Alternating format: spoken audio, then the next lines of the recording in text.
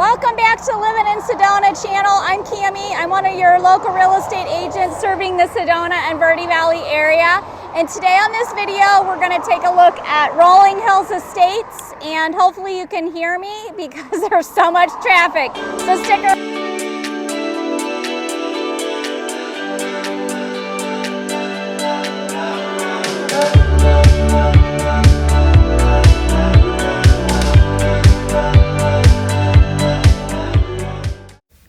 Now that we're away from the road and you can hear me, let's talk about where this subdivision is located. It's located right off of 89A on the you would turn on Rolling Hills Road, which is between the Brewer Road roundabout and the Airport Road. So that gives you a little idea as to where it's located. Knowing where it's located, you can see on the map, you really are kind of right in the middle of Sedona. You have easy access to Uptown. You have easy access to the Tlaquet Pocket area and the shops and galleries that are there, as well as all of the great restaurants to enjoy. But speaking of Airport Road, I do want you to keep in mind that this subdivision is located very close to the airport. You know that Sedona is not a commercial flying airport, so it's not a whole lot of traffic, but that is something that we need to disclose. As you can see, as we're entering this neighborhood, it is not a gated community. There is this wall that they have sort of around it, but it's not gated. So if that's something that you're looking for, then that wouldn't work here. This development has some unique homes, and I think that's probably why I like it. There aren't any two homes that are the same. It's definitely not a cookie cutter type of neighborhood. This neighborhood has been around for quite some time. The CC&Rs were actually established, I believe it was 1969. So what some of the homes that you'll see here in this video, they look like they were built in the 70s, and that's because they were.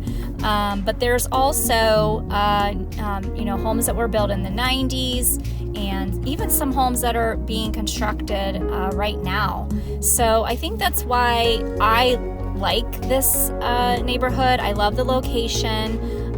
I love that every home is different, and most of the homes in this development have kind of gone through that, or are going through that, time to renovate, time to update, make this, bring it into this century. So that's one thing that I like about this neighborhood. Another thing, look at that view. I mean, isn't that just gorgeous?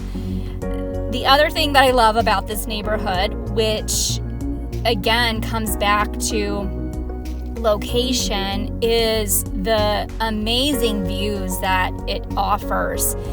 Just in different aspects, different parts of the neighborhood, your views are just spectacular. And I'm sorry that I'm filming on a sunny day, and so sometimes when the sun is very bright, vibrant, like it is here in Arizona, it makes for filming a little challenging for you to see certain things because the sun is so bright. But we filmed this on a day that was sunny, and you can still see some of the snow in the mountains. But one of the things that I do like about this neighborhood is it just offers amazing views, and you have to remember that when you're purchasing property in a neighborhood that has spectacular views.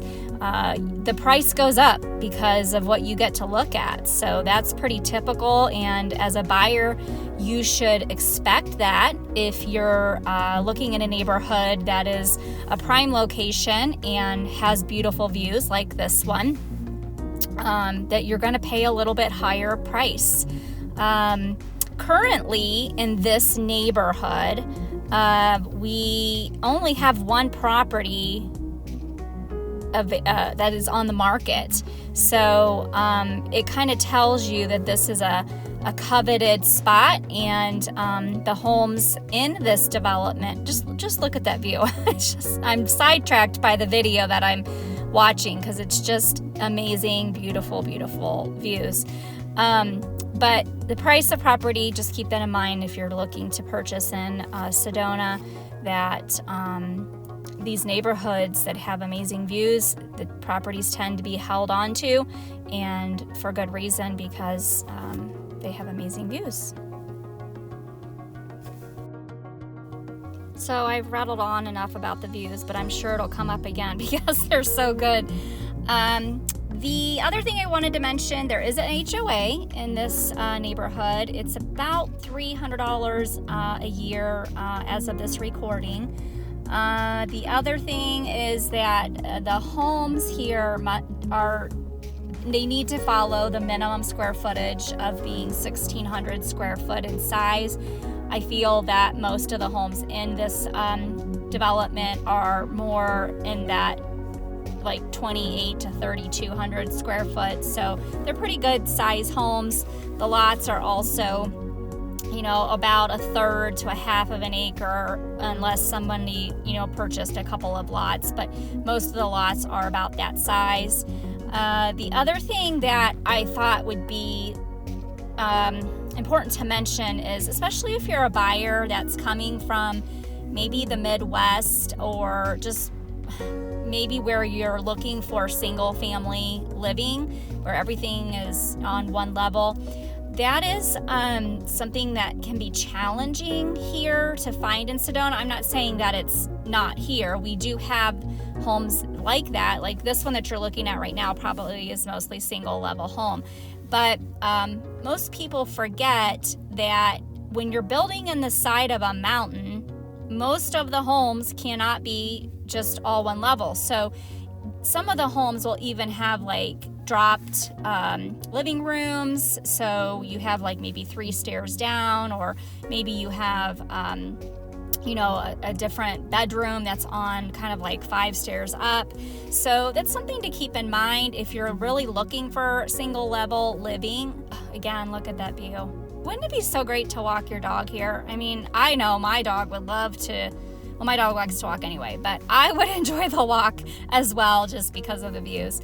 But back to the single level living, just keep that in mind if you're looking here in Sedona, and if you're working with a realtor, just make sure you let them know that you don't want the 3 stairs going into the living room or whatever, because it's maybe a tripping hazard for you, or or someone else. So just make sure your realtor knows if that's an issue. So one of the other important things to, I think, tell you about this neighborhood is it does not allow any short-term vacation rentals. So what that is defined as in their CCNRs is that you can rent out your home here, but it has to be a minimum of 30 days. I always encourage you as the buyer to have the most updated copy of CCNRs that will tell you what the minimum rental, if you're allowed to rent your property, and 2, what the minimum time frame is. But at the time of this video, the CCNRs state it has to be at minimum of 30 days. So if you wanted to buy an investment property in this neighborhood, you could. You just have to rent it out for longer than 30 days.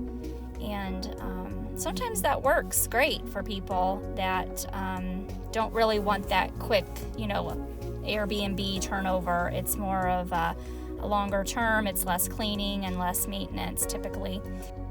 And I might add just a second thought on the rentals that are over 30 days. They are much needed here in Sedona. We don't have enough rental properties for the population, and many people want to live in Sedona, except that there's no rental space, so they're really being forced out to the Cottonwood area. But I wanted to bring to light the property that is on the market.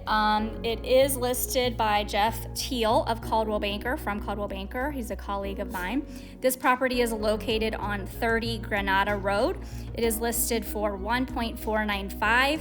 It's a 4-bedroom, 3-bath, 3,100 square foot property, and it sits on the end of a cul-de-sac. So it's really a great property with great views, great outdoor spaces. So If you have interest or if you have questions about the property, please feel free to reach out to me or even to Jeff. Make sure you like, subscribe, and share. And as always, make it a great day at Living in Sedona. See ya the next time.